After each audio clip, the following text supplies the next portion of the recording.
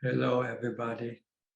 Welcome to another Dhamma meeting where we will discuss the Buddhist practices of charity, morality, and meditation.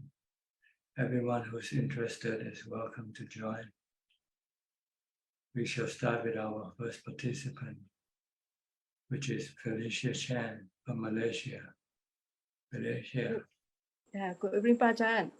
Happy to see you that you are getting better. Ajahn, my practice on equanimity progress is good. Awareness and wisdom also remain strong all day long. I have no question at the moment. Thank you, Ajahn. Okay, happy to hear that. Hope you keep up with your practice and maintain a calm and stable mind all the time. Thank you, Luther. Okay. Next, Alvin from Malaysia. Good evening, Ajahn. Just listening. No question at the moment. Thanks. Okay. Thank you. Go to Professor Ken from Switzerland. Good afternoon, Ajahn. How are you? Good? I'm fine, thank you. Saw your photo acting as a temple boy. Okay. Okay, somebody has secretly sent it to you. Yeah, there was the Vesak festival here on Sunday, so I was doing the temple boy. Good. Humility. This is practice of humility. Yeah, that's good. Yeah. So Ajahn, this morning I was reminded of the uncertainty of life when one of my close friends and colleagues told me that her brother suddenly died last night. He was quite young, 40, has a wife and 3 children. And so I've been spending the day trying to say some comforting things, but it brought home as a reminder the uncertainty and fragility of the body, the life. We tend to think of things as certain, more or less.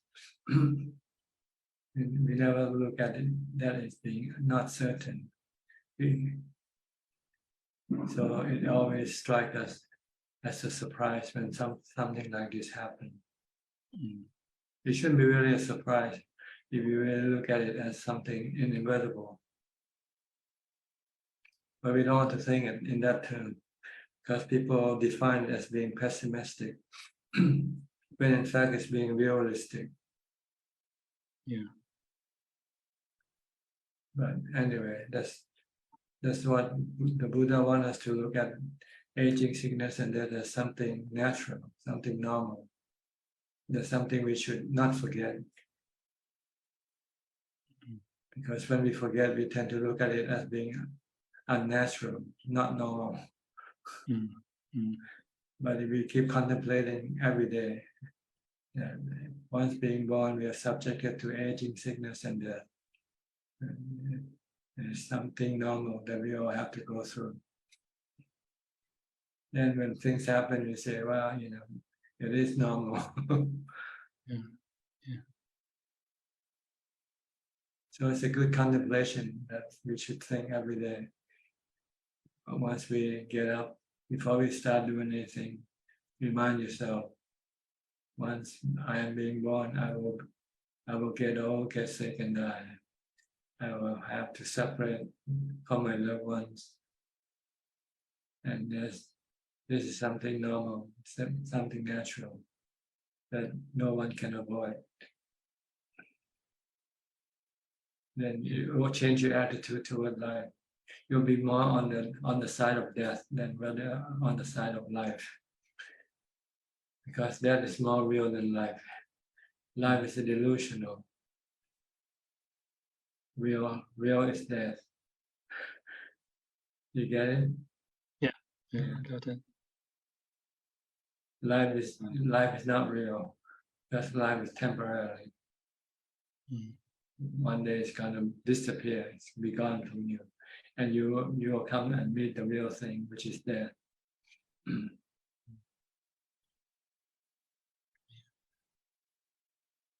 So what did you do with this situation?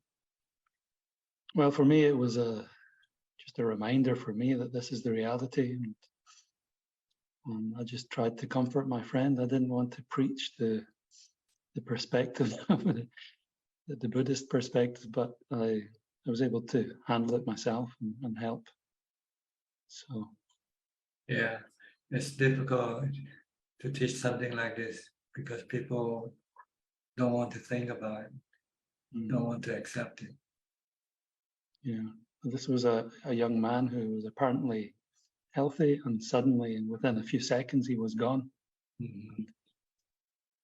So it's a reminder for me, but a bit of a shock for people around him. So Yeah.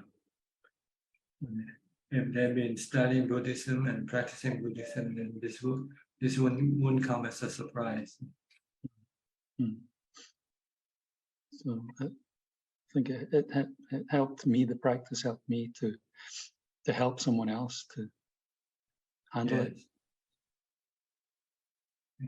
What can you do? Things already happen. Whether you Yeah. get sad or you get angry or you get depressed, it doesn't change anything, right? Yeah. So it's better just to remain normal. Yeah.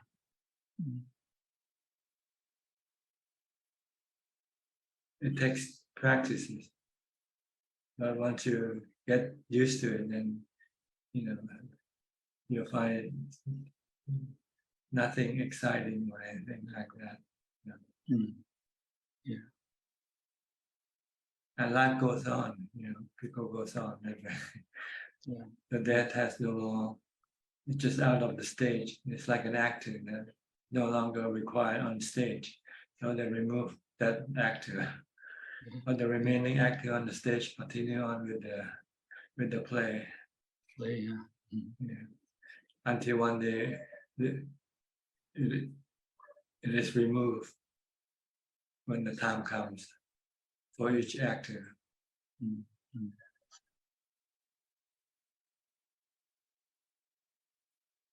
It's good to contemplate. This is anicca. Contemplate on that. It's anicca. It will wake you up from the delusion of life. Yeah.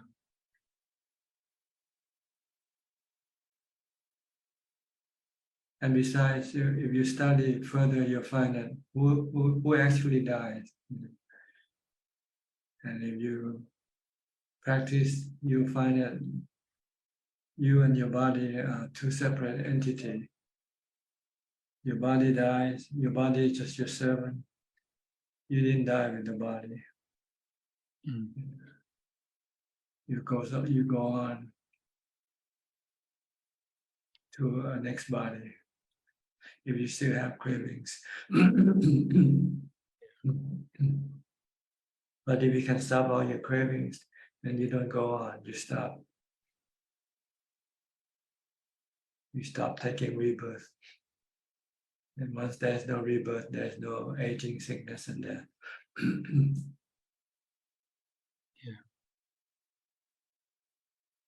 That's the goal of Buddhism, is to stop rebirth.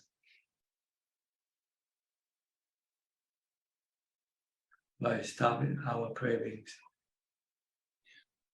Craving for sensual pleasures, craving for jhanas, rupa jhanas and arupa jhanas. Once we can get rid of all these three cravings, then we won't return. We won't take up a new body. We still exist in the spiritual world, but we exist in a peaceful and blissful state, full of contentment. There's no need to fill yourself with anything because you always feel whole and complete. Right now, no matter how much you get, you still feel that you're not whole and complete. You still want something more. That's your cravings causing these feelings. Never enough. Mm. Always want something else. Once you get this thing, you want something else. And it keeps going on and on and on until you stop. You stop it by the practice of mindfulness and wisdom.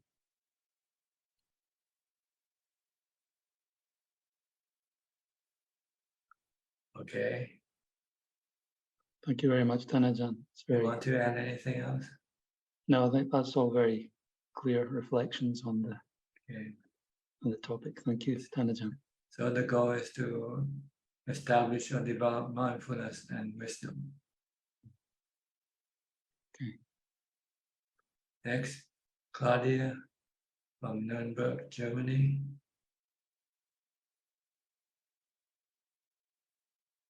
It's unusual to see you more regularly now.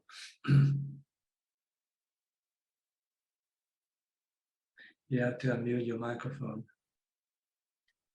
on the bottom left corner of your screen. Okay. Yeah, but no, I got it. Yeah, good afternoon from Germany, Tanachan. Still in Germany, but from Monday to Wednesday, we are again in Switzerland to see an apartment in Basel. So we are already preparing to move in fall. And today I have a remark. So I want to tell you how helpful your teaching is, Tanachan, because yesterday a student in our class freaked completely out. So he's very aggressive and he choked another student when I entered the classroom. So we have a lot of violence already in elementary school. So the students are not older than 10 or 11 years. But I entered the classroom when this student choked another student on the throat. And when I entered the classroom, this aggressive student was throwing with items through the classroom and hit me on the head that I had to go to ambulance. And I realized how much your teaching helps me because I had a shock. I was diagnosed that I had a shock, but I didn't feel any anger. Of course, my head was in pain, but I didn't feel any anger. And as you always say, I didn't feel any anger, and I felt like going through a thunderstorm. It was, as you always say, like a natural disaster. And I'm so glad about your teaching, Sanatan, because it was very, very helpful to me. And I still didn't get angry. So I took the situation as it was. Most of all, I was glad that my student was not injured. He was outside the classroom. But I also saw the suffering of the aggressive student. He is highly intelligent and maybe he doesn't feel appreciated or not seen, but no anger and nothing. So your teaching is working in my mind and in my heart. That's very good. That's very good to hear. Mindfulness, maintain mindfulness, and you'll get equanimity and also wisdom to see things as natural happening. Yeah. Work of nature. Yes, yes. Not under our control. No. So I was glad that with your teachings, I was able to keep my mind under control. So I thank you so much for this. Yes, that's very good.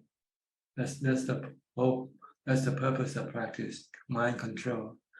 Our mind always trying to maintain calm and peacefulness. No need to react really. Things happen. Whether you react or not react doesn't change anything. Yeah.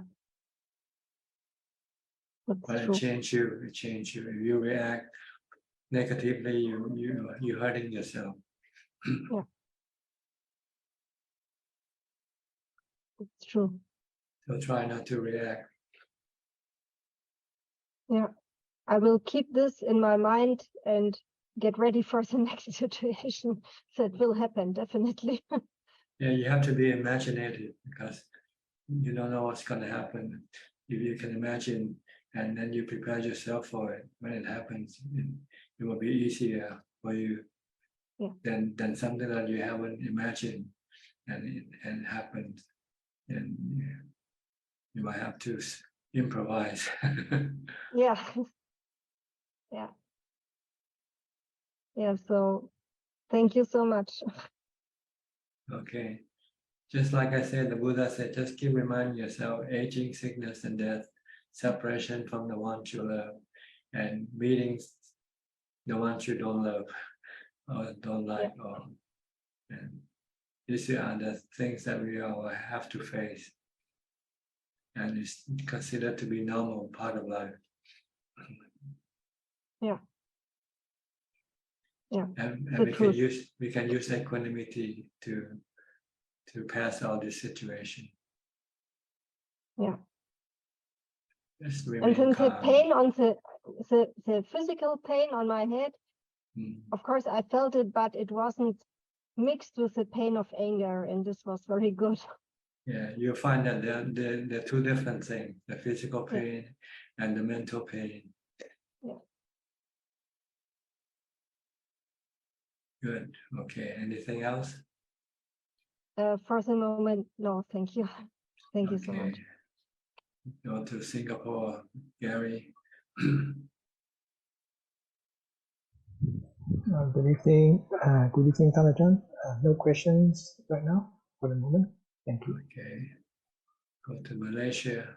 Good, Philip. Good evening, Ajahn. Glad to hear that you're sounding better. I don't have any questions tonight. Great to be listening in. Yeah, back to up to being abnormal. Being well is abnormal. Yes. Being sick is normal. Yes. We should look at things like this, then we won't feel bad when things happen. It's normal. Like the weather. When nothing happens, then this is abnormal.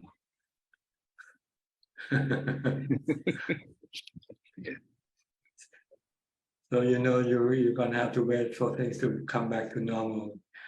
Wait for the next round when you'll get sick again. Yes. We have to flip our attitude, our perception toward life. Yeah. Being normal is abnormal. Being abnormal is normal.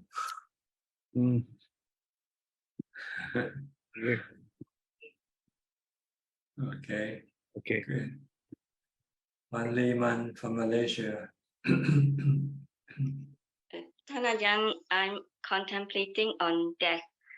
I went to my uncle's funeral and I saw the corpse. And before he died, he was very worried about money. So when I went to the funeral, I see the corpse and I contemplated on anatta that whatever worries he has for money is not important because he's not going to have all the money in the coffin. So yeah, and also I also contemplated on my mother. So the dead body of my mother, I slept overnight with the corpse when my mother passed away, and I see the changes in the body, the color changes, and the temperature changes to very cold. And before my mother died, she was very sad that and worried about her children. But I also contemplated on anatta, that nothing belongs to us and there's nothing to worry about because when she died, all her children are living well by themselves. So I keep contemplating on this anicca and anatta on the dead body. So when any unpleasant thoughts or feeling arises, when I imagine myself as a dead body, this thought and feeling cease away. when I contemplated on anicca and anatta and the dead body. So, Ajahn, because I'm still not thinking very much throughout the day, so I only contemplate on that on and off, and also when there is any thoughts or feeling arises, I will use this contemplation to look at it as rise and cease. So I do not contemplate the half a day. So that is what is happening to Tanajan. So is it because I'm not thinking much, or because the mind is lazy to contemplate more? Well, you have to have a balance between contemplation and concentration or samadhi. You have to rest your mind also. Your mind can become weary after you do some contemplation, and can become weary and doesn't want to do it anymore. Then you should rest your mind in samadhi, meditation. You should meditate to get your mind back into equanimity. So when you come out of meditation, then your mind will be strengthened, and you will then be able to do more contemplation. It's like the body. You don't work 24 hours a day. After you work for 8 hours, you feel tired. So you go home, you eat, you go to sleep, and then next morning you go back to work again. It's the same way with the mind. The mind has to do both resting and also working on contemplation.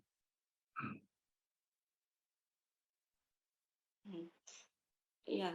So, Tajan, even if when the mind is not thinking, so we still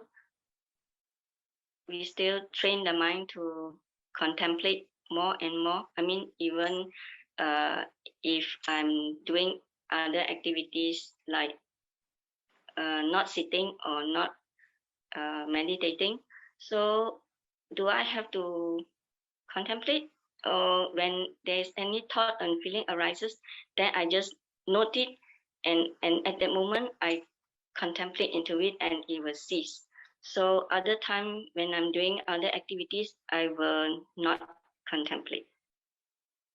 Well, see, contemplation, the goal is to maintain this perception of truth in your mind at all times, like aging, sickness, and death, and all the bad things that can happen to you. You want to prepare your mind for things like this. So it depends on whether you feel you have enough of this information stored in your mind and ready to deal with all types of situations. Okay, then I will continue to contemplate, because sometimes the mind just don't want to contemplate more. Besides contemplating, you also want to test your contemplation, whether it's working or not. You have to take the examination, take the test on what you have contemplated. You have been contemplating on death. Maybe you should act being dead for one day. Don't eat, don't do anything, act like a dead body.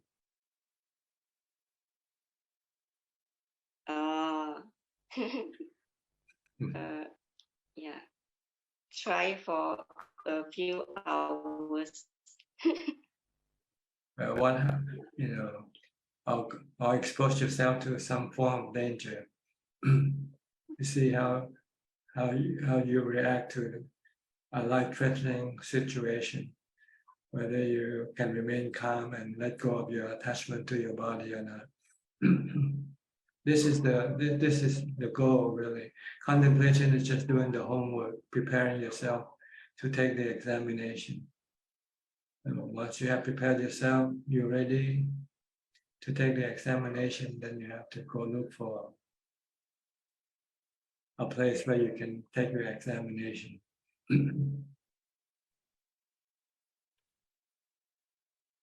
Okay. Because if your contemplation and your action are not in synchronized, then you're just lying to yourself. You know, what you think and what you do is not in the same direction. Then this is still not considered to be real. You know. Yes, this is very important to be honest to myself. Yes.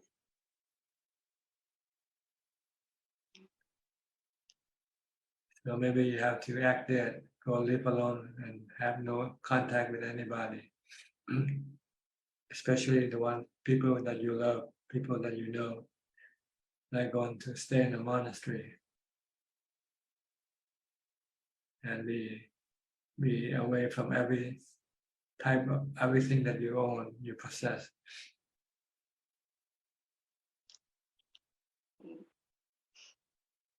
Okay. Act like a homeless, no possession, no money, no nothing. Okay. Yes, thank you. Thank you, Daja. I understand. Yes. Okay. Next, Celia from Lima, Peru. Good evening, Prajan. Nice to see you again. I have a question about karma. When I recollect about death, I also do the 5 recollections. And when I get to the part of death contemplation, I do this only for calming my mind.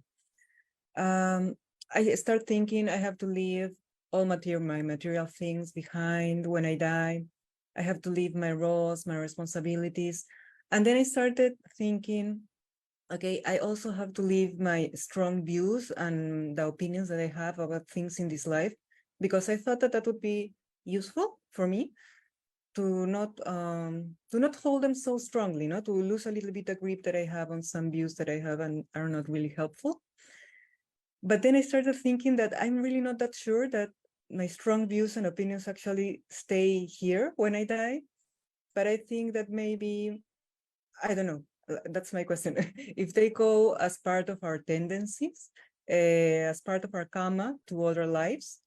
So I would really appreciate if you could actually clarify a little bit if the strong views and opinions that we have about things in this life, when we die, they stay here, like our material things, or actually we carry them with us, to another life. The things that you left behind are the physical things, like your body and your houses and your people that you know. But what you take with you is your mental, everything that is inside you, in your mind, you take with you. Your thoughts, your perception, your memory, your habits, your like and dislike, your cravings, your defilements, or your Dhamma. If you have any Dhamma, like you have some charity in your heart, or you have morality, or you have meditation, this you take with you. What you don't take are just the physical thing that made up with the 4 elements. Everything that composed of the 4 elements remain in this world. But anything that is part of the 5th element, which is the knowing element, go with the knowing element. The mind is a knowing element. And so the 4 namakandas go with the mind. Vedana, Sanya, Sankhara, Vijnana.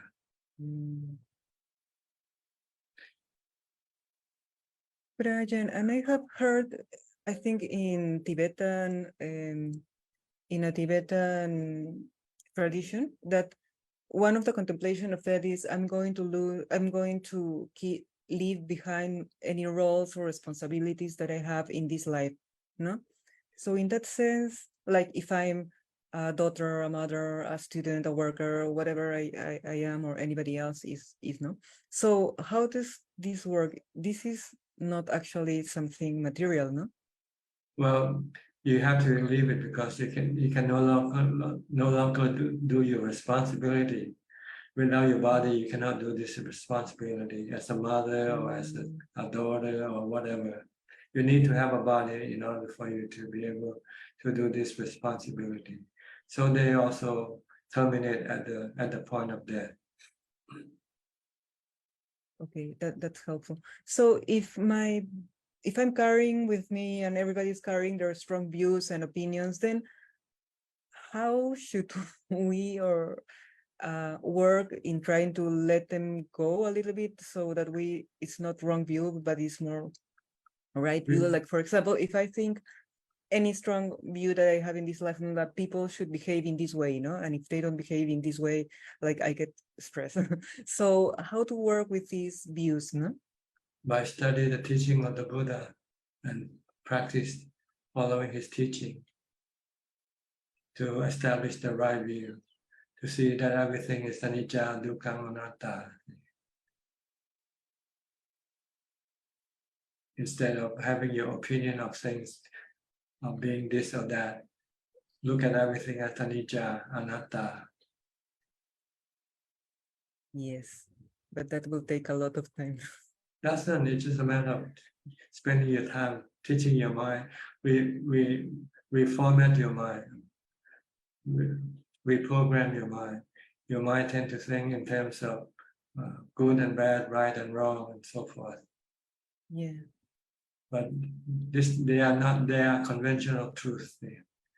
What you want to get to is the absolute truth, which is anicca and anatta.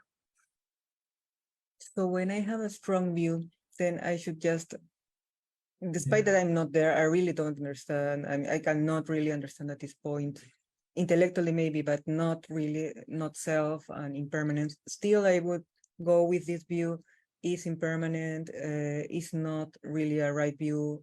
How should I work with that when these strong views actually arise in my mind? Well, you have to see that everything that you look at are just they are work of nature. They are things that form by nature, and they have the natural path. They rise, and eventually they will cease. Just look at everything like that. Everything rises, and eventually they will cease to exist. This is anicca. Anatta, there's nothing we can do about it. We cannot stop this process of rising and ceasing. Look at your body rises, and eventually it will cease. It will stop functioning. It's the same way with all bodies, human or animal. These are the two characteristics of all existence. Then you can use this to overcome your whatever view you used to have. Okay. Because the view that you used to have is just conventional view. Okay. Thank you, Brian. That's helpful as always. Thank you very much. Okay. Next, we'll go to Aparachita from Dubai. Hello, good evening, Ajahn. I missed last week because I thought you wouldn't be on, but I'm very grateful to be back today again. Okay. Yes. Again, I get similar, I have said often that I have difficulty sitting with people who are sometimes quite harsh, and I tried something which is a bit unconventional, but you had mentioned, and you had once said try to visualize people as kind of, they have the body inside the skeleton, something like that. So I was having this conversation with this person, and so while they were talking, and I could feel myself getting quite agitated, so I just tried to look, and I said, okay, inside them, if they have a skull, inside me, I have teeth. And strangely, though I was aware of what they were saying, it felt cooler and that was kind of useful. It wasn't in a meditation situation, but it felt good in a strange way. And I could just stay there, though I listened to her, and it didn't trigger me so much. So thank you. Yeah, sometimes you need to pull your mind away from what the person The is talking. same. Yes. Because when they say something that you don't like, then you can get irritated. Yes. But if you can just pull your mind away and look at the person as a robot, the body is like a robot made up of the 32 parts. Yeah. And so when you want to get angry or get anything with a robot, let the robot do its part. If she wants to say anything, let her say it, and you just listen to what she has to say.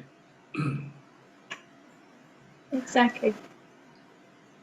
But you need to train yourself with more mindfulness and equanimity in order not to react to whatever people do or say. Yes, I realize how those seeds of reaction are so strong in me. I am aware of it, so I do have to practice. Yes, absolutely. Do a lot more meditation. Yes. Still your mind, stop your mind from reacting. So, yeah. Okay? Yes. Thank you so much. You're Thank welcome. Tipawan from Idaho, USA. Thank you for teaching. I haven't found any question that I ready to ask you yet, but thank you very much indeed. And I listen to Dhamma talk for so many hours a day. Okay. I hope you can then use it to improve your conduct, your behavior, your reaction to things. Sadhu. Okay. Next, Alfredo from Sao Paulo. Hi, Bante. Hi. What season is it in Brazil now? Is it winter or summer? Autumn. Autumn. I see. Yes, but is looks like winter. Winter. Why, it's cold? I live in forest. Forest very winter. Very cold. Very cold. In day sun. At night very cold. Mm-hmm. What's the lowest temperature now at night? 16. 16. Yes. Okay. 16 Celsius. Yes. Okay. Bante, congratulations for your voice, Bante. Back to normal now. more. It's very perfect. Yeah. Bante, tell a little about perfect things, Bante. About Sangha of the Buddha, about the things is normal, about our practice is normal. Samsara is dangerous, né? But a good practice, a good Dhamma life is how you think about the perfect things. For example, last week I reformed my kuti, né? My house. Yes. My house is very good. My house is perfect, né? Very clear. The housewife clean our house. I reformed the bedroom. It's very good, né? And how you think about perfect things? How you think about people's have a good life? The Sangha of Buddha is on time of Buddha. His life a good life, but his life a life with less dukkha, Bante. But The Arahants less dukkha, Bante. Mhm. They are all anicca. Everything is temporary. They don't last forever. Even the life of the Buddha, he has to end at the age of 80. So nothing lasts forever, no matter how good they are. So don't be deluded by them being perfect and good, because one day they won't be perfect and good. The house you stay will get older and older, and one day it will fall apart. Yes. Everything's like that. Everything is temporary. Good for a while, then eventually they will all be destroyed. Yes. So don't be attached to anything, because when you're attached to them, when you have to lose them, then you will feel bad. You will feel sad. Yes. Okay. Okay, Bante. I Alright. I don't have craving, Bante, about samadhi and jhana and apanasamadhi and for jhana and upachara samadhi and other words. I don't have craving, Bante. But the practice is in goal, né, Bante? The goal of practice is practicing, né, Bante? Yeah, it's to calm your mind, to make your mind peaceful and happy. Yes. Okay. Okay, Bante. All right. I'll go to Kokseng now from Singapore.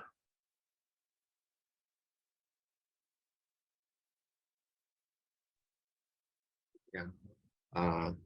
Good evening, Ajahn. Tonight I have two questions. And the first question, please allow me to read from Mangala Sutra. The next step, which is to be respectful, humble, contented, and grateful, and to listen to the Dhamma on due occasions or opportune hearing of the Dhamma. This is the highest blessing. So maybe Ajahn, can you just elaborate on these 2 points of the Mangala Sutra to our present context? Well, to be humble is always good position to be in, because people don't dislike humble people. You can meet and be welcomed by people if they find out that you are humble. If you're respectful, if you're grateful, these are the good quality in a person that will endear other people to you, make people like you or love you, and wants to help you if they can. So always act humble, always act respectful, always act grateful. When you're given something, you should show gratefulness.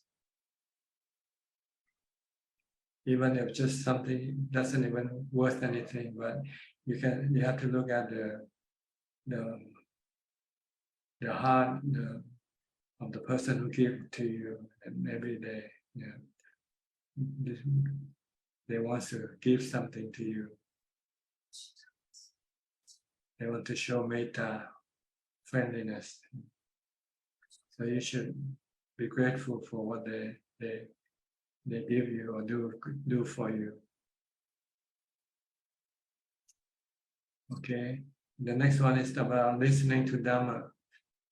See, like tonight, this is listening to Dhamma or discussing Dhamma. On due occasions or opportune hearing. Due occasion is whenever there is available. During the Buddha's time, they do this once a week on observance day. Because in ancient time, you have to go to the temple to listen to Dhamma talk.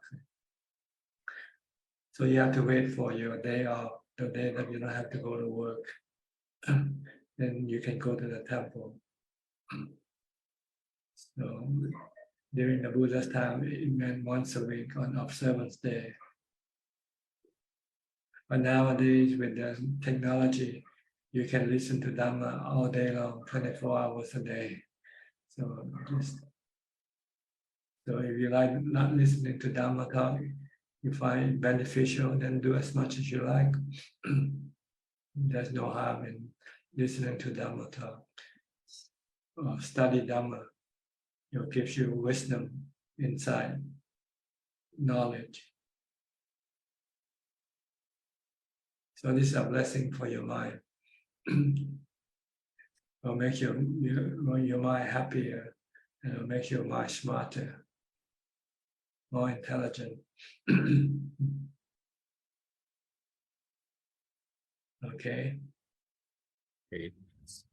Okay, my second question is how to improve one's self-discipline.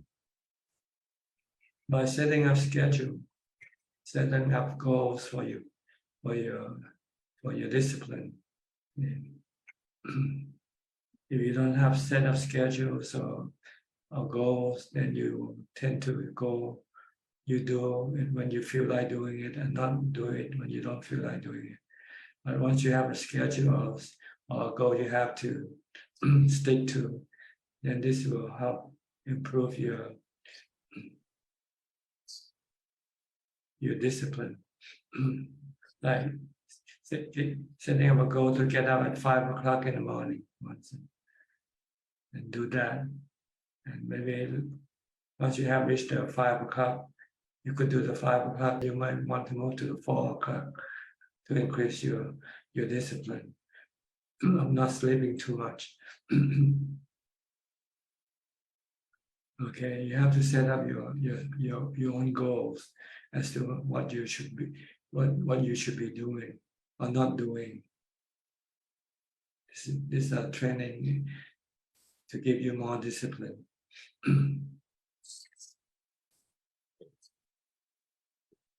Okay. Yeah, okay, I will try it out. Thank you, Prajan. Okay, we'll go to Diana now from Wales. Greetings, Ajahn. I do have one question. I was wondering how bisexual people are viewed and understood. So people that feel that they can love a man or a woman in a romantic context equally.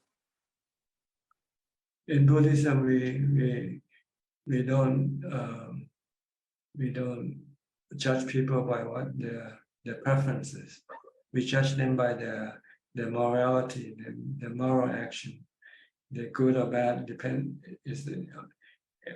based on their moral action. If they steal, they cheat, they lie, we consider them to be bad people. If they are kind, they're helpful, they are good people. But as far as their preference, if they like red colors or green color, that's their business. Okay, that's it. These are not good or bad things.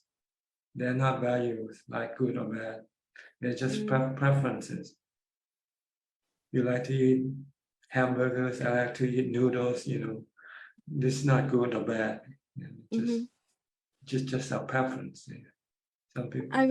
I remember you said once that maybe people in a past life might have been male and then born into a female body, and then they have a preference for male or the other way around. or both. Some people like both sexes. Some people like to have more variety, I guess. Thank you. That's really interesting, because I think we're more judgmental and moralistic, maybe. But as far as sexual behavior in Buddhism is concerned, you have to be faithful to only one partner at a time. That's I think the third precept, to abstain from sexual misconduct, infidelity. You should be faithful to your partner. Or you only have one partner at a time anyway, at least one at a time. If you give up one, then you can get a new one. This is in order to to reduce any conflict between partners. And causing pain. Yeah, I causing suppose. pain and suffering on other people. That's all. Thank you very much. Okay. Is that all for now? I think so. Okay. Next, B. Ravin from Bangkok. Hi, good evening, Prajan. Yeah, Prajan, I have a question. It's regarding jhana.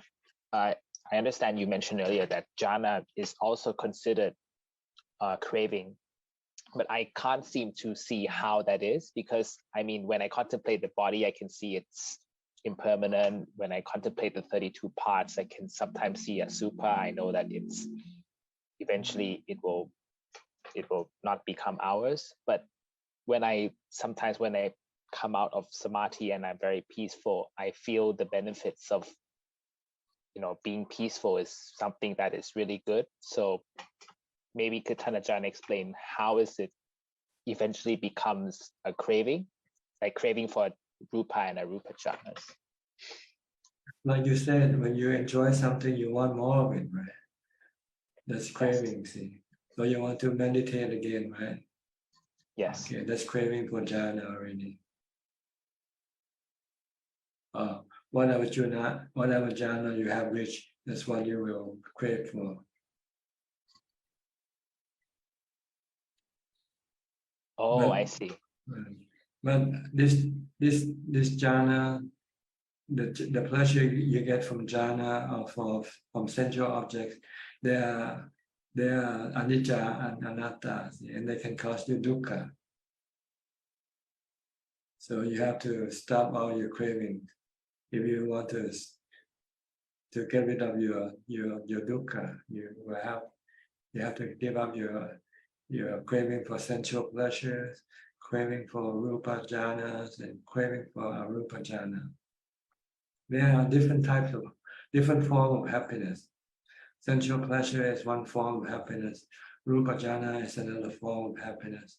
And arupa jhana is also another form of happiness. If you used to have rupa jhanas, if you reborn, then in your next life you'll go after rupa jhanas. You become a monk or become a meditator, and you don't care for a family life or anything like that. That's why we have different type of people in this world. People have family, and some people don't like to have family. They like to live alone. They like to meditate. They like contemplative life, meditative life. That's because their past life they have been doing this, so they want to continue on with whatever they used to have, to what they used to enjoy. But all these three types of pleasure are considered to be dukkha causing, can cause you dukkha because they are not something reliable. Sometimes you can get them, sometimes you don't get them. When you don't get them, then you feel sad.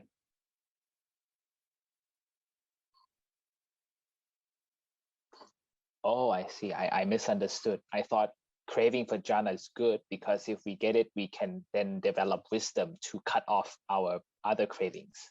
That's right. When you have developed wisdom, then you'll see that craving for jhana is also causing you dukkha. Then you have to stop your craving for jhana as well.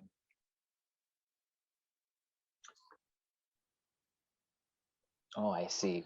Because I notice when I sit down to meditate, I will sometimes have a desire to get peaceful. And then when I achieve it, I become bliss. I feel, calm and can forget about all the bodily sensations. So I thought that was good craving to have. That's true, but then when you develop more wisdom, you start to see that even this jhana, which is good to you, can also cause you dukkha when you cannot have them. When you want them and you cannot have them, then it can cause you dukkha also. So you start to see that jhana, just like sensual objects. They are temporary, they are anicca, they are anatta, not under your control. If you don't want to have any dukkha, then you don't want to have to rely on them to make you happy. So you have to keep the habit. Like you keep the habit with cigarette, with alcohol, with watching YouTube.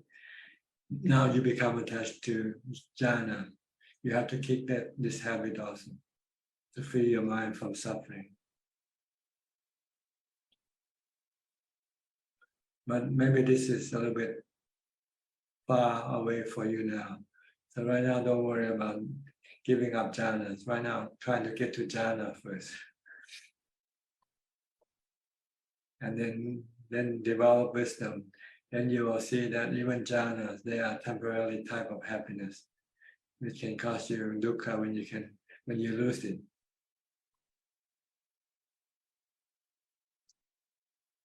When you see that they are anicca, dukkha, anatta, then you want to stop having any craving for them.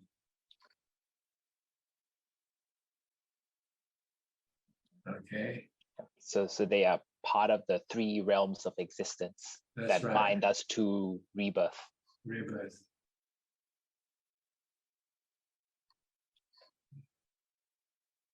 But they are maybe less coarse than the sensual realm. That's right. They're more subtle. They're more refined.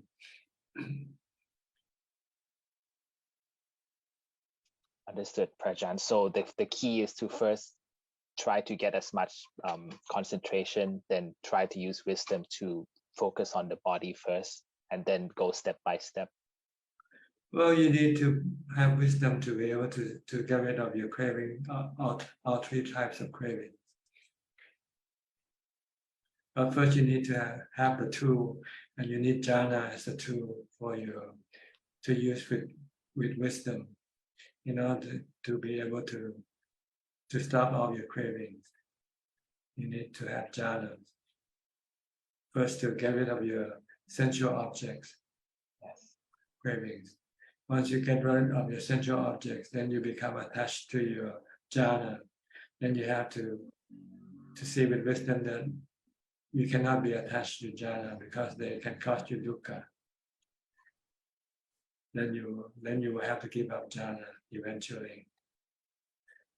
You'll find that jhana is just a tool that you use to fix your car.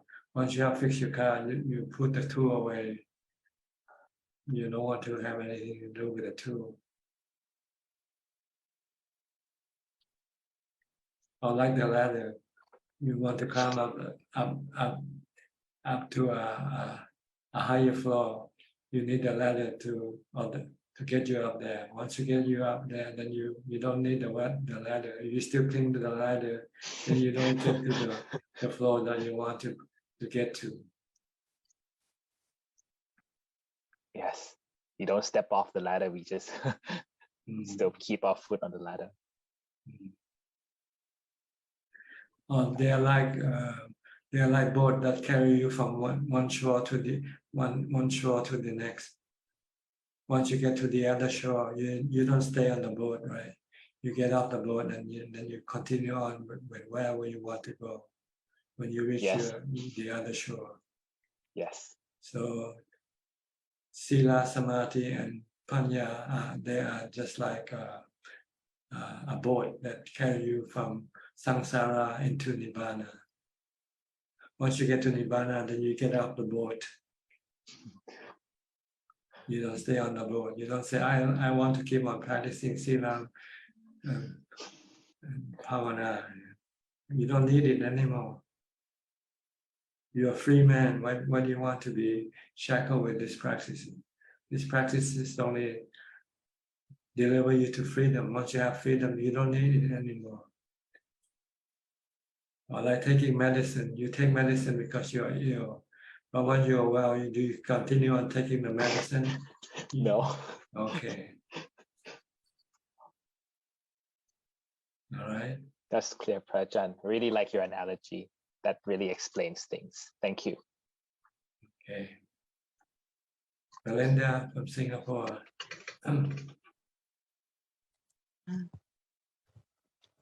Ajahn,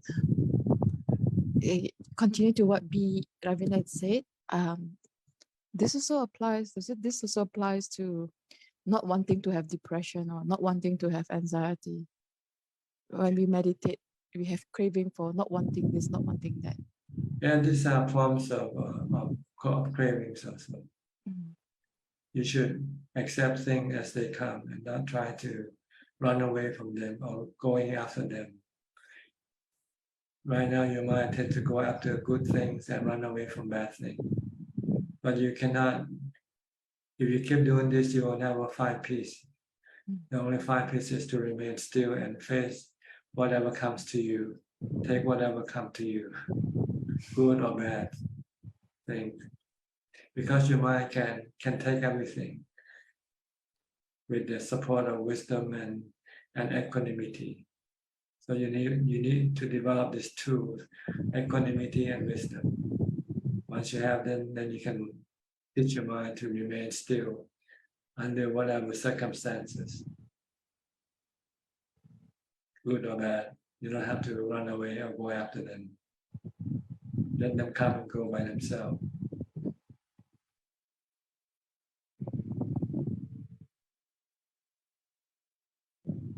Take the good time and take also the bad time. Don't discriminate.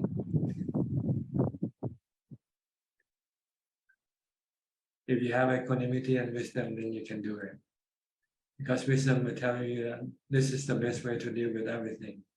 Because everything is not under your control. But you need equanimity to do what wisdom tells you to do, is to remain still. If you don't have equanimity, you cannot remain still. Your mind will be driven by your like and dislike.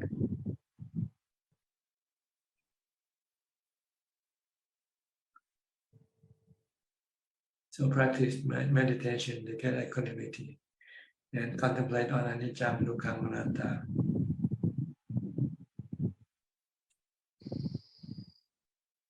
Okay. Thank you, Ajahn.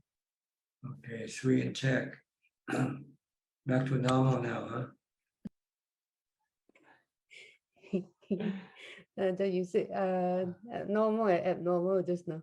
Yeah, normal is abnormal. Abnormal is normal. Try to switch our mind. Like Yeah, you have to turn it the other way around. You should look at aging, sickness, and death as normal. And look at not getting old, getting sick, or die as abnormal. So Tan Ajahn is abnormal now. Yes, I'm abnormal now, and I will be normal again soon. And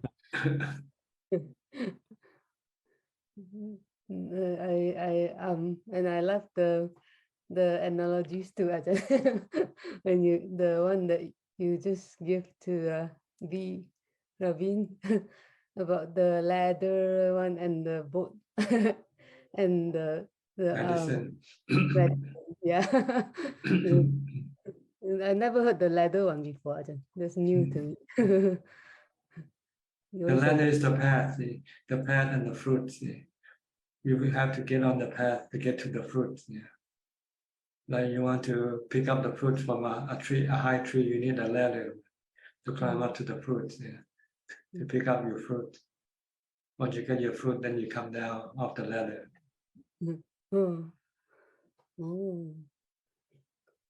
You don't stay on the ladder forever.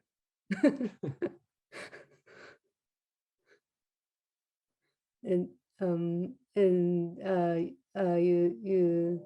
talk to Belinda about not discriminating just now. Like we can take it good or bad, right? I don't like That's right. But we should stay, like in the Mangala Sutta it says for us to stay away from bad people, I guess, like people who are bad influence to us, or not don't keep their sila or like bad like not good influence, we stay away? If you can, but if you cannot, then you just have to stay with them. Okay. If you can, just go. If you can, but if you cannot, what do? Then you just have to learn to live with them. That's all. We are speaking on the different level, the level in which there's nothing you can do about. Like when you get sick, can you run away from it? No. Okay, then you have to learn to live with it, right? Yes. Like Ajahn, like I know, like for of course for me, like if I can stay away, that's good. Like because I'm still learning on the path. But like for Ajahn, like you don't have to stay away, right? You'll be okay with anybody, right? Ajahn, like the good or bad people is like. If you have no choice, you know what I mean. If you have a choice, you can always make that choice. There's nothing to, if you can make the choice, then you can make the choice. But if you have no choice, then you just have to take it. Take whatever is given to you. So you still try to not like for me, I still try not to discriminate, Ajahn, like good or bad people, right? Like try to stay like. Well, ultimately, you want to be able to take things as they come. Okay. Because you never know what's going to happen. One day you'll be forced to face the situation in which you cannot run away from. What can you do? Okay.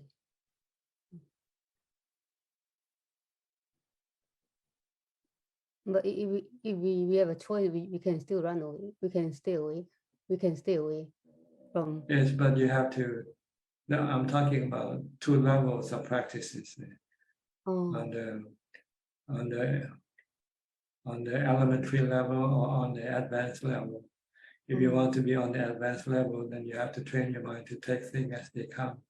But on the elementary level, you can choose. Okay, you choose. But you have to keep choosing on. You have to keep running away and change all the time. But eventually, when you say I'm sick and tired of having to change or move, then I'll just want to stay where I am and face the situation, whatever may come.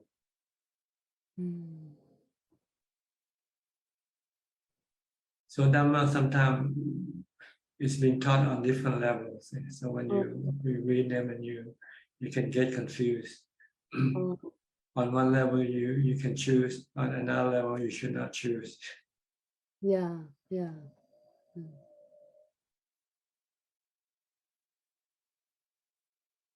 So that's the elementary level, like for us to stay away.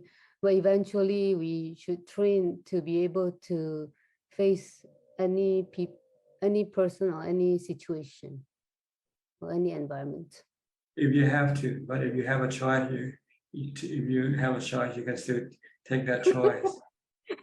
Okay. But I'm talking about when you cannot have a choice, then you just have to learn to live with that situation, whether people or things or whatever happened, circumstances. If you have a choice, okay.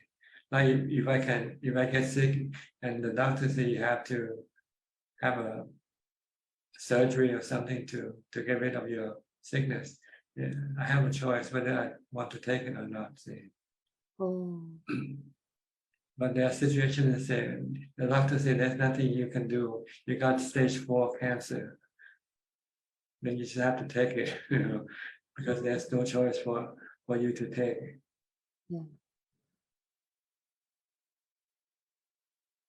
So you should learn to be able to do both. To take a choice when you can and to face when you cannot have a choice.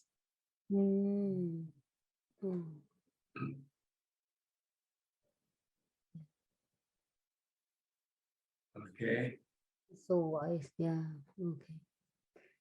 And I'm very happy for Claudia because she has so much kindness, Ajahn. She didn't get angry, even she got shit and have to be in the ambulance. She's so kind. Okay.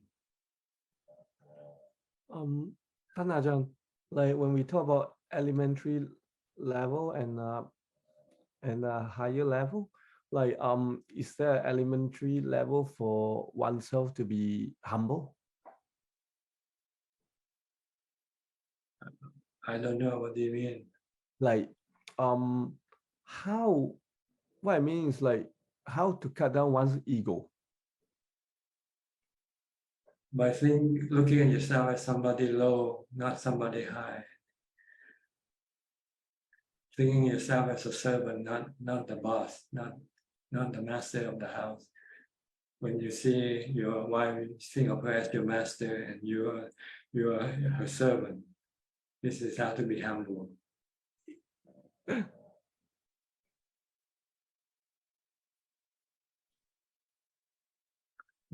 That is like, you know, I guess that is the elementary level. But for enlightened being, is that because they see the body as like 32 parts element? I don't know. I haven't thought about this humility as being advanced or elementary. Maybe there's no level here.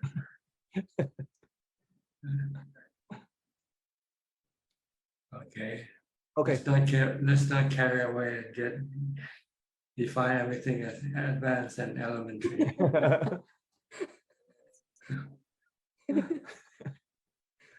Let's take things one step at a time. Okay.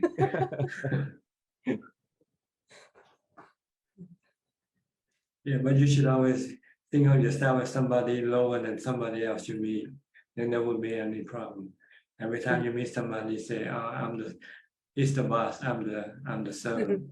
He can tell me what to do, but I cannot tell him what to do. Then things will go well. No problem. But if you think you're the boss and he thinks he's the boss, so then you'll be clashes. So it's always good to think yourself as a servant. Then you can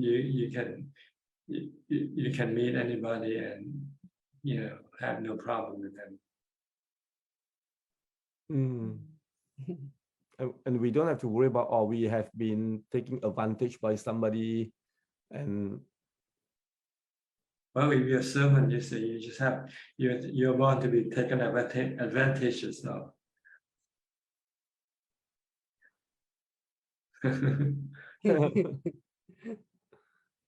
You are a slave even if you don't servant is not low enough, think yourself as a slave.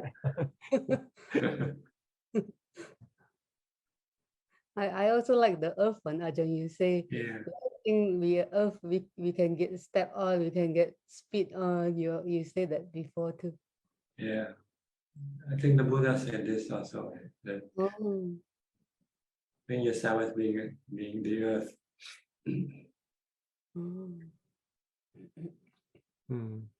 So what preparation of the mind that we have to do up to that level? Is it equanimity that help us to think this way? No, you can think right now.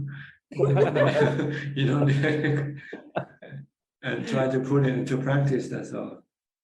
Try to do it with your wife now. From now on, she's the boss and you're the servant. Every time you want to do something, ask for her permission first. Then she'll say, I asked too many questions, asked too many permissions. I don't think she will complain.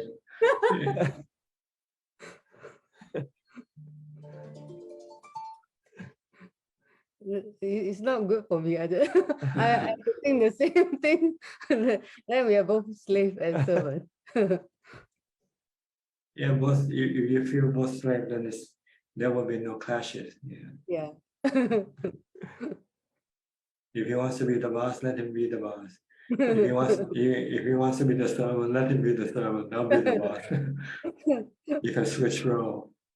Oh, okay. You can be flexible. Yeah, you just taught us to be flexible just now. Like if you have a choice, you can be flexible with the choice, or if there's no choice. Yeah, so to be Yes. flexible. Yeah. Okay. Yeah. Okay, thank you, Ajahn. Thank you, Ajahn. All right. Next, Evie from Indonesia. You've been away. Did COVID get to you? No, Ajahn. I sometimes I want to join but cannot. I think the connection, yeah, maybe. So I cannot join the Zoom. Just watching. Yeah. You have a different background today. What happened? You fixed your house? No, I am in my room. Different setting. Yeah, because in Indonesian I feel it's so hot. The weather is so hot. So I cannot sit in outside. Usually I sit outside. So I think this few months so hot. So I just sit in room. Have aircon. Just the sensor pleasure, yeah, Ajahn. Yeah. Okay. I want to ask. I think the equanimity is not permanent. Is that true? Not what? Not permanent. Not permanent. No, it's not permanent. But you can make it permanent. Once you have permanentness, your mind becomes nibbana. Nibbana is permanent equanimity. So people with jhana have equanimity, but I think the equanimity is still can disappear. Yes, if you come up jhana for a while, the equanimity can disappear. And in our daily life, I think the people with jhana has the equanimity in the habit in life. But yes, they still can retain some equanimity. But I think the equanimity, maybe with our problem in life, the equanimity is can sometimes it's disappear, and the people will become like old habit, no compassion, just come back with the old style before have equanimity. Is that true, Ajahn? Because I feel now I'm like not before like have the comfortable. Now I feel my emotion is not stable. So I think the equanimity is not permanent. For you, but for some other people, they can make it permanent. Like the Buddha. Yeah, maybe. Depends on the practice. So I want to go to retreat in this Tuesday. I go to retreat for 5 days to practice. Practice mindfulness and meditation. You'll get more equanimity. Yeah. Yeah, Ajahn. Okay. Yeah. Thank you, Ajahn. All right. Go to Sulan from Singapore.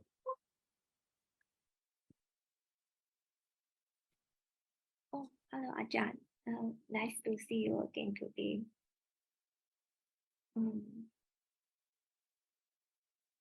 Yes, anything? Any question? No questions today. Yeah, more of listening. Okay. I'll go to Kafai Lim from Malaysia. Good day to you, Ajahn. No question as well, just listening. Thank you. Okay, Indira from Toronto.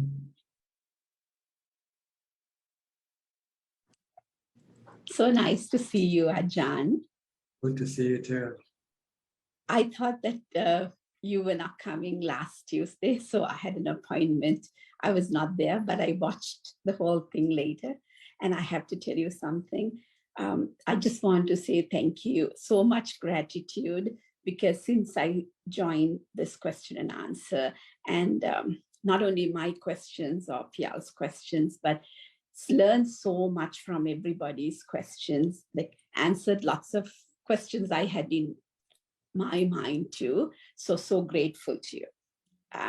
The most important thing that I learned from you was the equanimity that you feel when you're meditating, but like when you come out, sometimes you're so agitated and you don't have that same mind state. So since you taught and you explained, I've been practicing that so much in daily life, and it's helping me so much. So I just want to say thank you. And I also have one question. Now you said when we leave, we know that we don't take our possessions with us, but the material things, but the knowing part of our mind we take with us. But in some, I have heard that sometimes when people die, when they have a craving, let's say for their children or their parents or for where they live, it is believed that they are born maybe in another realm, whatever, they come back close to where they have loved ones. Is it true?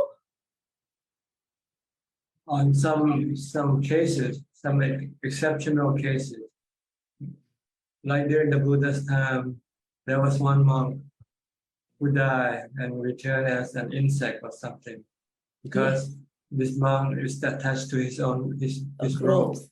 Yes. So this attachment caused him to wants to be near his robe, and the only way to be near his robe is to be born as an insect, because they can run quite quickly. Yes. But then you don't live for long either. After a few days, the insect died, and then the Buddha said, now the owner has left. Anyone who wants to take this robe and use it, they can. Yes, I remember. But before that, the Buddha said, don't take this robe yet, because the owner is still around. Yes. So these are more exceptional, when you have to be really attached to somebody or something. Yes.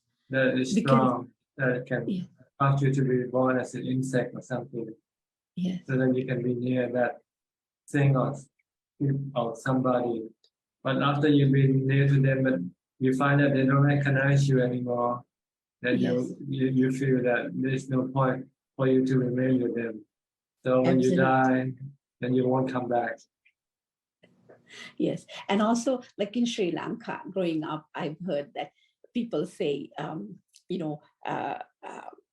that's one reason they say on 7th day they give alms and transfer merits, because they say some people, they're so attached, they can, like I said, a different realm, like in a Bhuta realm or a Preta realm, they can, things like that also. It's possible. The only realm that can receive merits from us is the Preta realm. Yes. The other realms that somehow are not able to receive our merit. Yes. So it is only to the giver.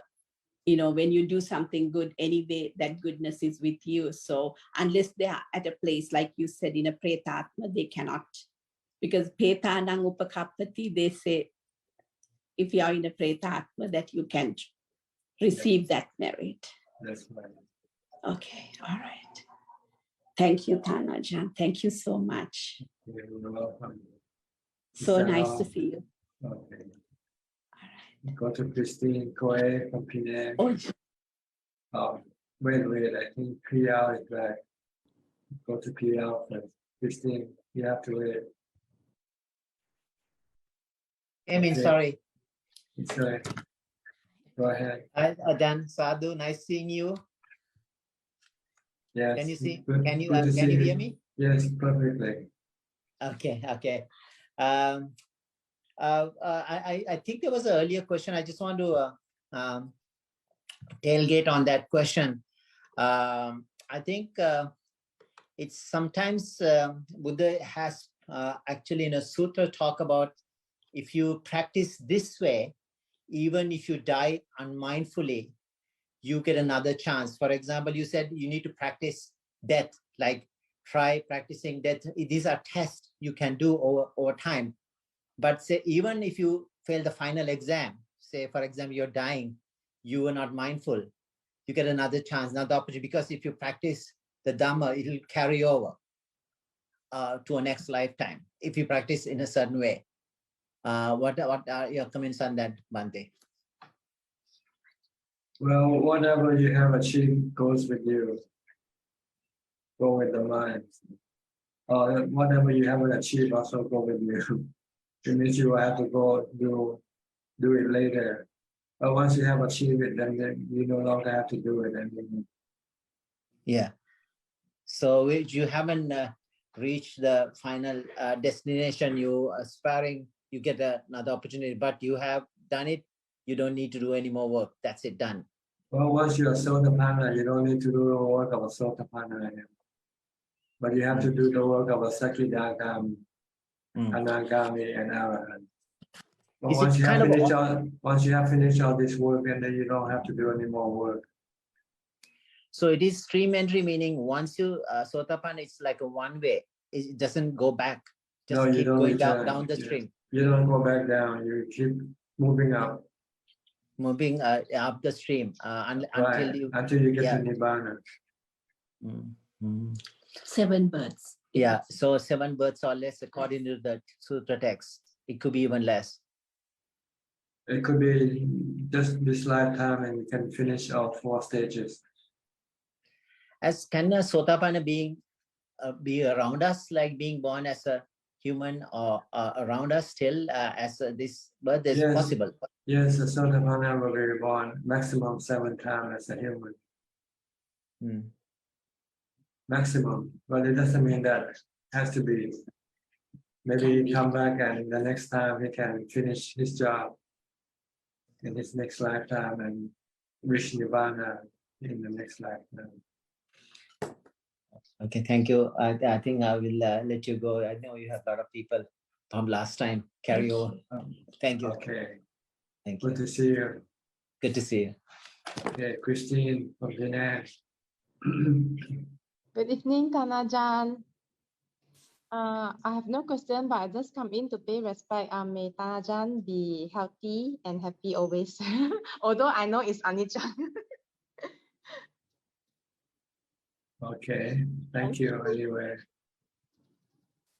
All right, I think now is the time to go to Facebook and other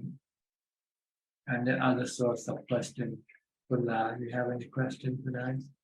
Yes, there are 2 questions from Facebook and YouTube, and Kun Anna from Singapore has received 8 questions and forward those questions to us for asking. The first 4 questions from Samanji from Sri Lanka. The first question is, should true Buddhists worry at all about those who criticize Buddhism and the Buddha for the sake of petty gains? No, not at all. You cannot stop people from doing whatever they want to do. It doesn't hurt Buddhism, whatever people do to Buddhism. Because Buddhism is perfect and complete in itself. And no one can change that. Buddhism is like the sun. You can do anything with the sun. You can criticize the sun, or you can take advantage of the sun, but you cannot change the sun. The sun will always remain the sun. So with Buddhism, so we don't have to worry about what people say or do to Buddhism. They cannot change Buddhism. And the second question, as per records, the Bhikkhuni order was established by the Buddha after about 5 years of establishing the Bhikkhu order. But today, the Bhikkhuni order does not exist in many Buddhist countries, even though the Bhikkhu order is flourishing. What are the reasons? Lack of interest. Once there's no interest, then nobody takes up the ordination.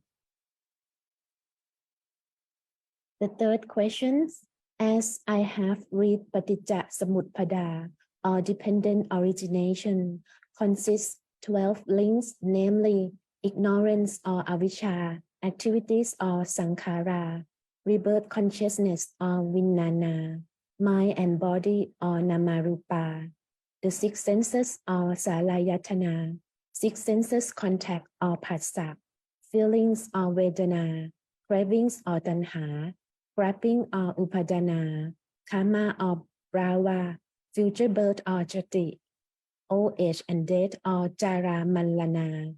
Could you explain in simple language the 12 links and how one follows the other?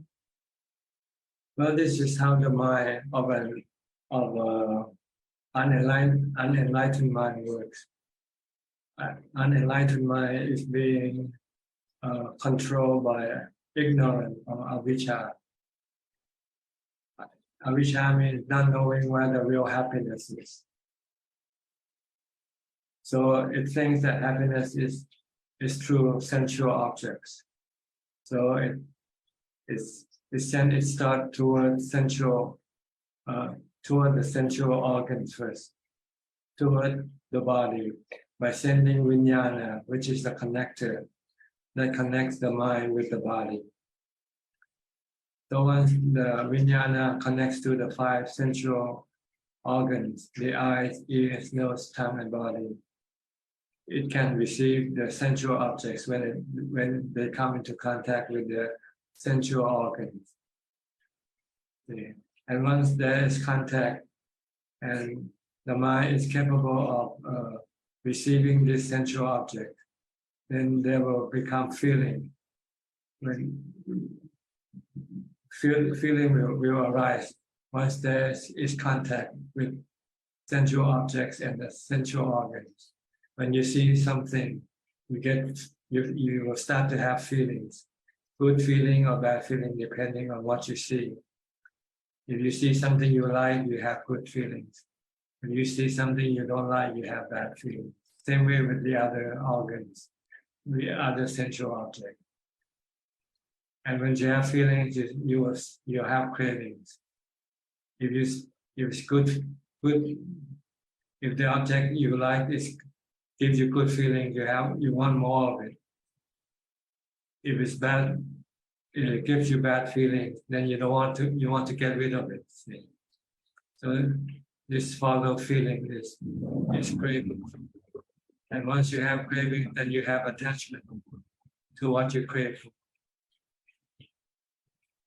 And once you have attachment, then you keep continuing to have this state of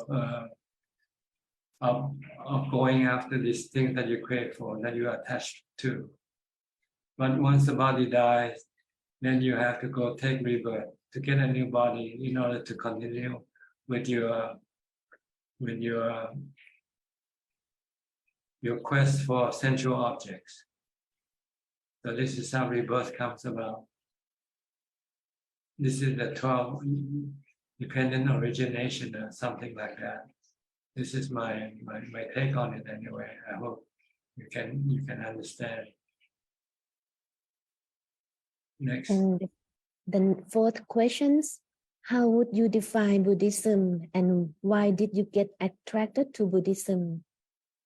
Well, Buddhism is the teaching of the Buddha, who teaches the way to get rid of mental suffering, all forms of mental suffering, such as stress, anxiety, fear, sadness, discontent. This could be gotten rid of by following the teaching of the Buddha. So what's the second one, the second question? Why did you get attracted to Buddhism? Because I want to get rid of my stress, my mental suffering. Once I start reading the Buddha's teaching and realize that the Buddha knows the way of how to get rid of all the mental suffering, and I start to study and then start to apply what I have learned in my practice. And I start to see that my mental suffering start to decrease and eventually no longer exist in my mind. Next questions from Den Davids from Australia. What are Ajahn's views on the use of caffeine by meditators? If you're sleepy and you want to use caffeine to stay awake, then this is wrong. The way to get rid of your sleepiness is to eat less, not taking caffeine. Because once you take caffeine, you become addicted to caffeine. So you have to have to have caffeine in order to stay awake. So the way to solve this sleepiness is to eat less. Like keeping the 8 precept, you want to practice meditation. Or eat once a day. And if you find that eating once a day still makes you sleepy, then you should eat every other day. Eventually you can solve this problem of sleepiness. Sleepiness is the result of eating too much. Right? When you have a good meal, what you want to do next? Go to sleep, right? After you finish the meal. You don't feel like meditating. Okay, next. Next question from Chani Sam from Toronto, Canada.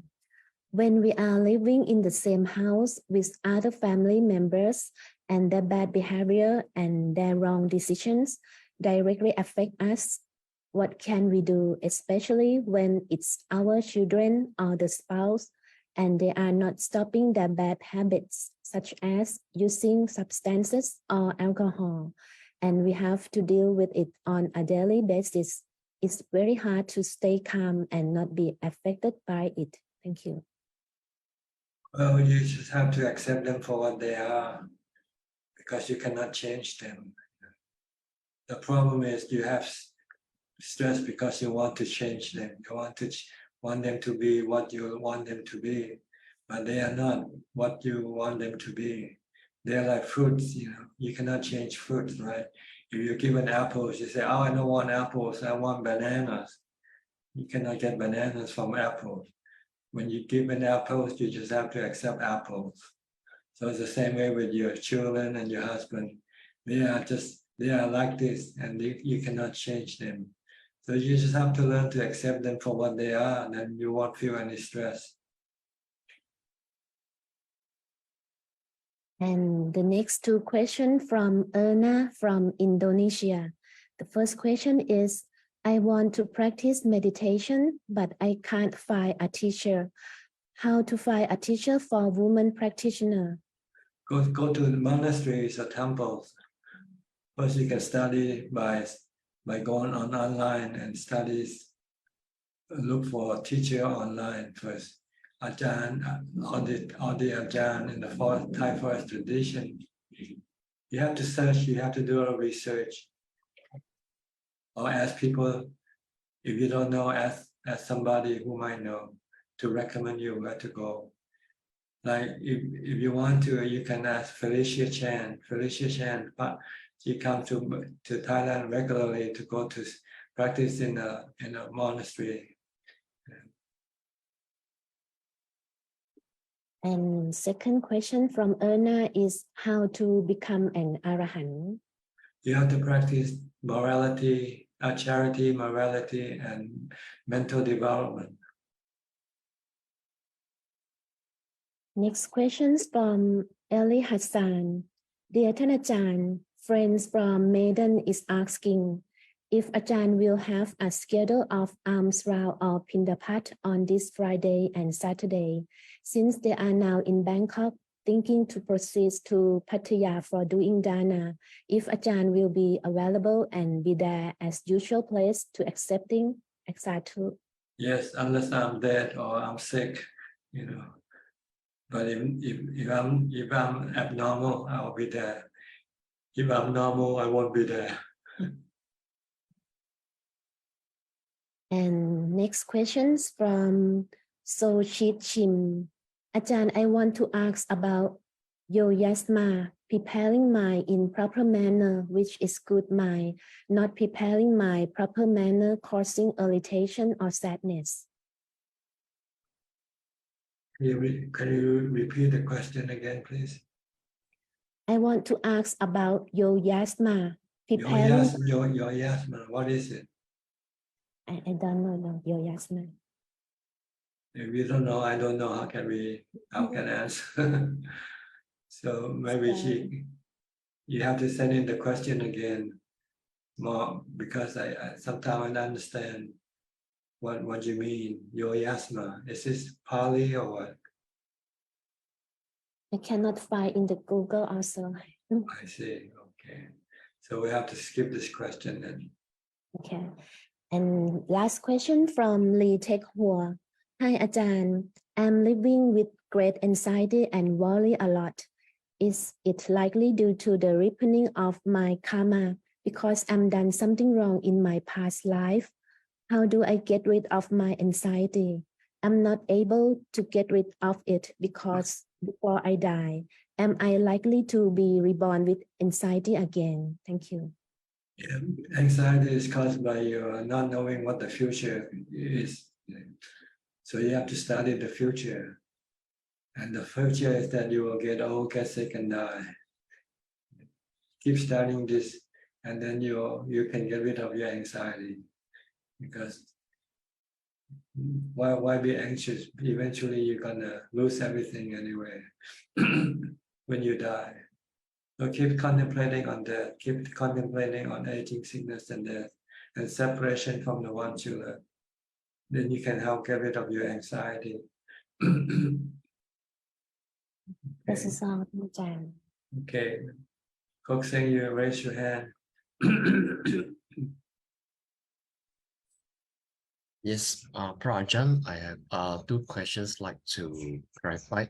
The first question is the Buddha mentions something about human rebirth as very rare, and he used the analogy of blind turtle swimming in the big ocean, and this blind turtle only come to the surface of the ocean once in 100 years, and the human rebirth is this turtle rise from ocean once in 100 years, and the hit a raft of sticks.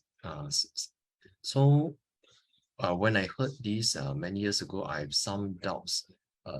So maybe Prajan, you can help to clarify my doubts about what the Buddha mentioned about the chances of the probability of a human rebirth. Well, if you be born as a human being, you have to have a father and a mother, right? And human beings are not as many as other population animals. There are more animals population than human population. And human and animal could reproduce many offspring at one time, while human usually can only produce one offspring one at a time. So this is the reason why it's difficult to be born a human, and it's much easier to be born as a fish or insects or something, which they are usually born in mass.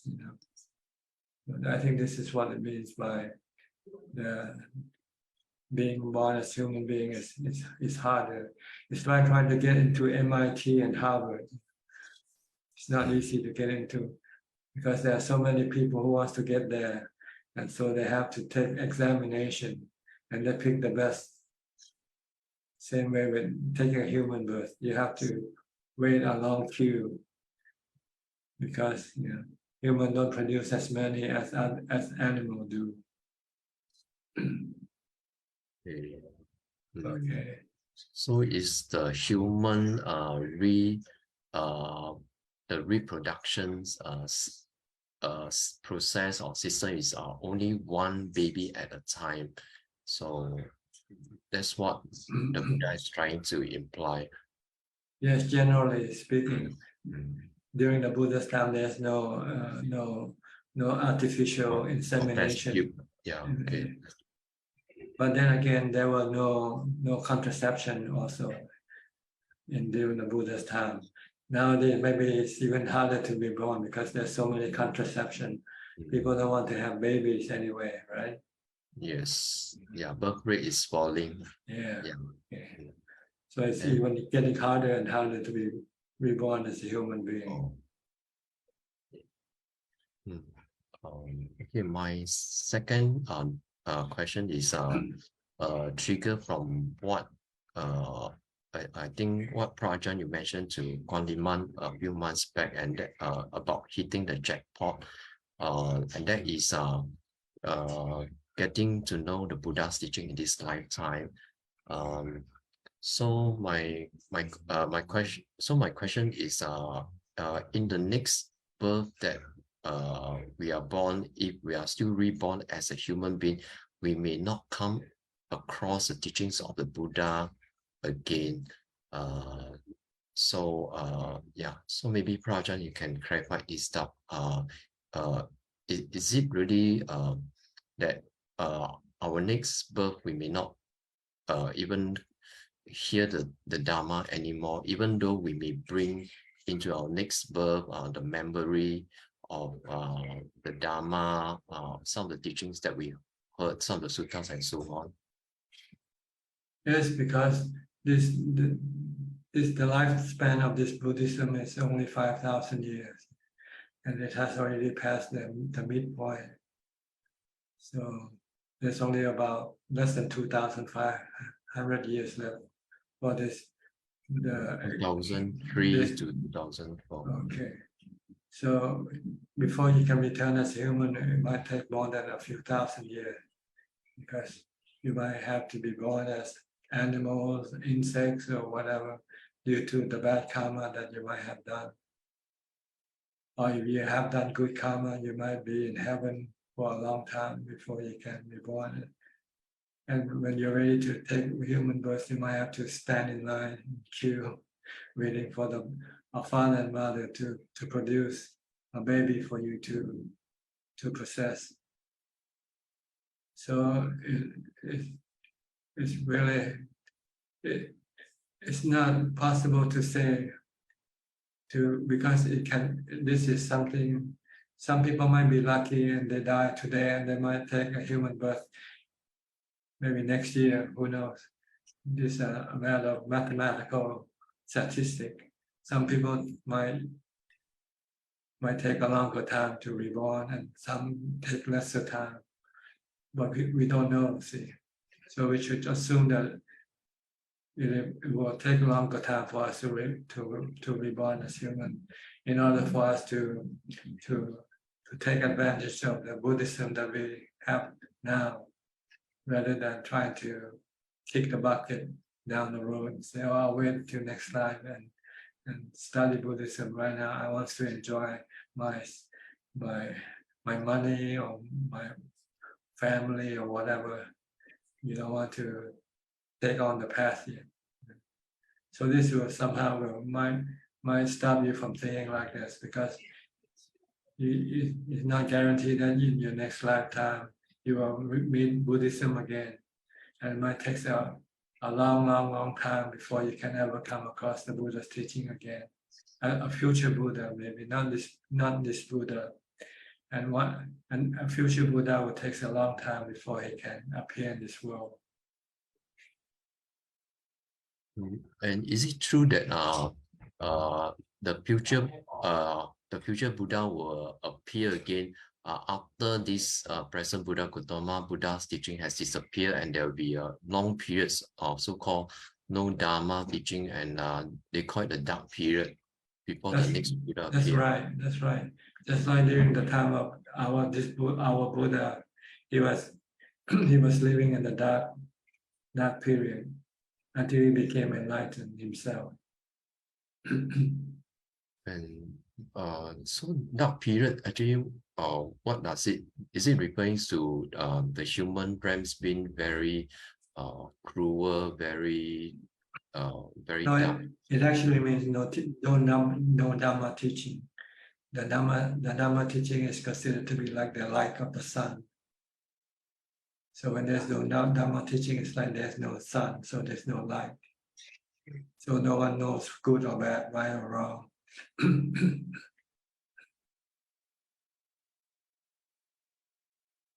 Okay, thank you, Ajahn. Okay. Anybody would like to ask any more questions? You're welcome. We have about 10 more minutes left. Melinda, you raise your hand. Okay. Ajahn, is it true that when we reborn, we choose our parents? Is it a choice? Was it a choice? I don't know. I don't think so. How can you choose? How do you choose? Tell me, how do you choose your parents? You don't know even who your parents are.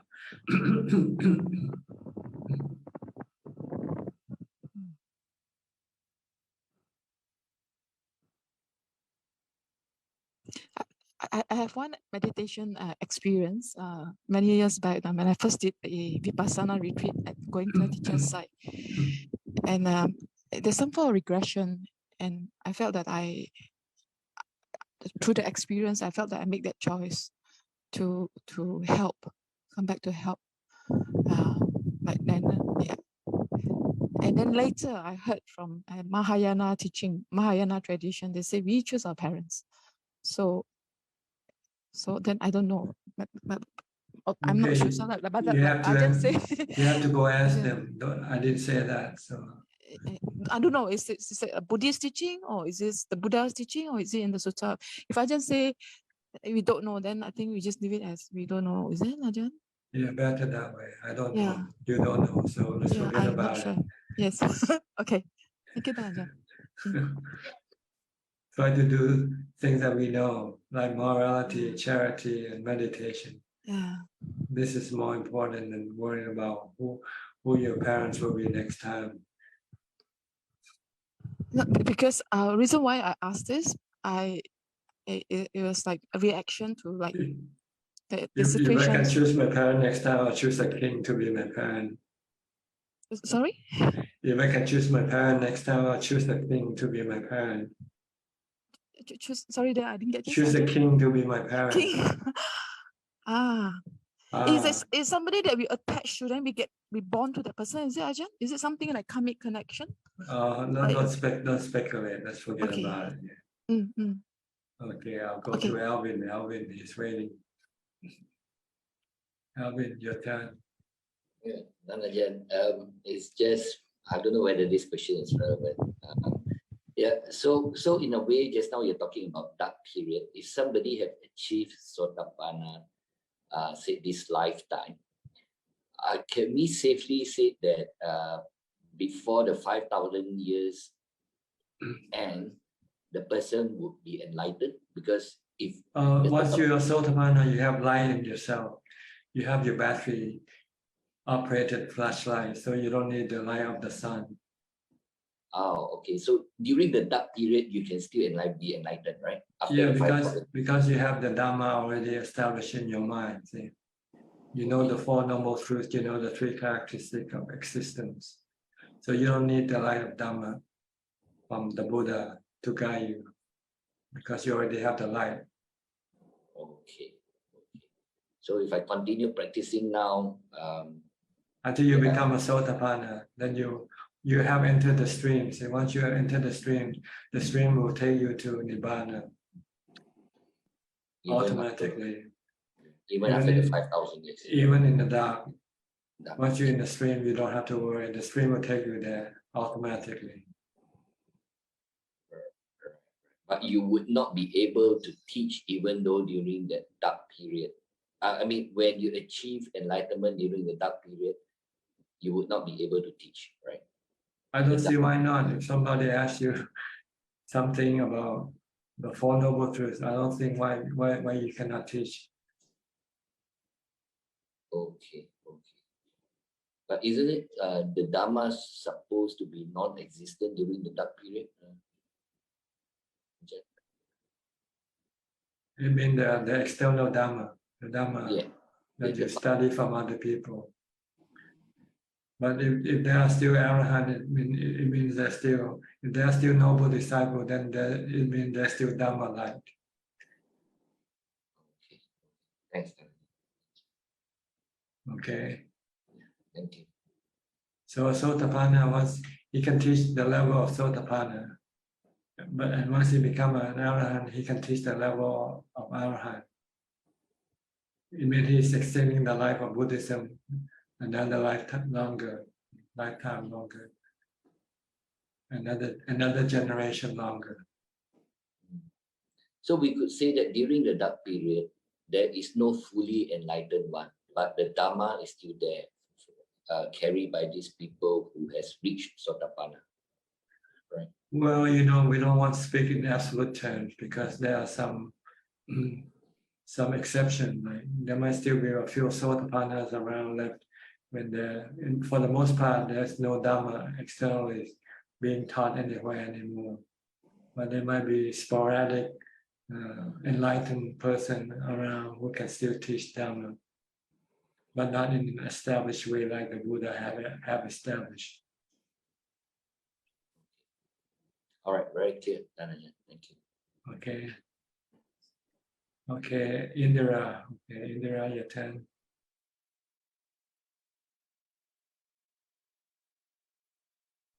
Ajahn, I have a quick question. Now, if you become Sotapanna and you go into a Deva realm, godly realm, then you can proceed and you can go towards Sakadagami, Anahagami, and Arahat. But if you are born in a Deva realm, even without being Sotapanna, there is no dukkha in Deva realms, at least a very little, maybe, I don't know. But so the chances of you to become a Sotapanna, is it very difficult, like in a Deva realm? To become enlightened in the Deva realm, you need somebody to teach you. You need a Buddha or an Arahant to teach you. Yes. Like the Buddha taught his mother to become Sotapanna. Yes. But once you become a Sotapanna, then you can proceed on your own. Exactly. Regardless of the realm of your existence. Yes. Yes. Okay. Because you don't need a teacher anymore. You have established a teacher in your mind to guide you and to lead you. Thank you. Thank you, Dhanajan. Okay, last is Kwan Liman. This is the last question for tonight. Just a quick one, Tajan. Tajan, just now Coxing was asking about rebirth as a human in the next life. So I just like to share a short story. So last time when I was meditating, in one of my sitting, I experienced I was a Mahayana monk like that in the Chinese temple. So I was laughing at another monk in the shrine hall. So after that, the next moment I saw was I was reborn as animal, monkey, lion, tiger, all the animals flip in like a show like that. And then after many animals' life, I was born as baby and I die very young in many life when I was a baby. So it is very uncertain whether we can still receive Dhamma in the next life. Yeah, I'm not sure how true this experience is, but this is what I saw. Like when we did a mystic, we can lead us to rebirth in animals' realm, or even die as a baby. Well, if you're not sure, then you should wait and see. You need to prove it to yourself. Don't believe what you see. Sometimes they're not real. Yeah, this was long ago. Yeah. Just know it for what it is and then forget about it. Because they are not important. What's important is how to get rid of your defilement. Don't lose your main work. Your main work is to get rid of your defilements. Everything else are secondary or unimportant. Yeah. So we don't even have to think about next rebirth, but we do our work in this life. That's right. Get your mind fixed. Get rid of your defilements. Okay. Or Thank you, whatever appears in your meditation or in your dreams, and you can use it to get rid of your defilement, then use it. But if you cannot use them to get rid of your defilement, then you should just forget about them. Okay. Thank you, Okay. Ajahn. All right. I think that's about it for tonight, or for today, whichever the case may be. Thank you for your participation. I hope this meeting has been beneficial for you and help you advance in your practice. In the meantime, please stay safe, stay mindful, and keep on practicing. And if all goes well, I'll see you at the same time next week. Thank you and goodbye. กราบสาธุ Thank you. Thank you. Thank you, Ami. Thank you. Bye, everyone. Thank you, boy. Thank you, everyone. Everyone. Bye. Bye bye.